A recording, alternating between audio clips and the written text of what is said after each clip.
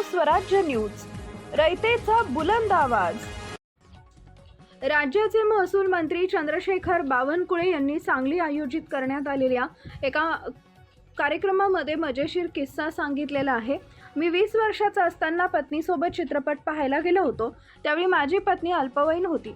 त्यावेळी चित्रपटगृहातून बाहेर आल्यावर पोलिसांनी आम्हाला पकडल्याचा मजेशीर किस्सा चंद्रशेखर बावनकुळे यांनी सांगितलाय।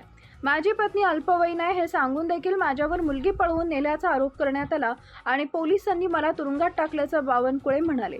मंत्री चंद्रशेखर बावनकुळे यांनी सांगलीच्या एका कार्यक्रमात मजेशीर किस्सा सांगितलाय। मी 20 वर्षाचा असताना पत्नीसोबत चित्रपट पाहायला गेलो होतो। तेव्हा माझी पत्नी अल्पवयीन होती। चित्रपटगृहातून बाहेर आल्यावर पोलिसांनी आम्हाला पकडलं।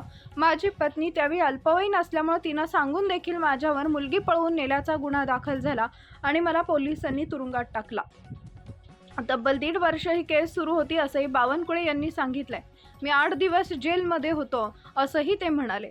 दरम्यान चंद्रशेखर बावनकुळे यांच्या या वक्तव्यानं सभागृहात एकच हशा पिकल्याचं पाहायला मिळालं। आमचं प्रेम जुळलं तेव्हा पत्नी 16 वर्षाची होती आणि मी 20 वर्षाचा होतो।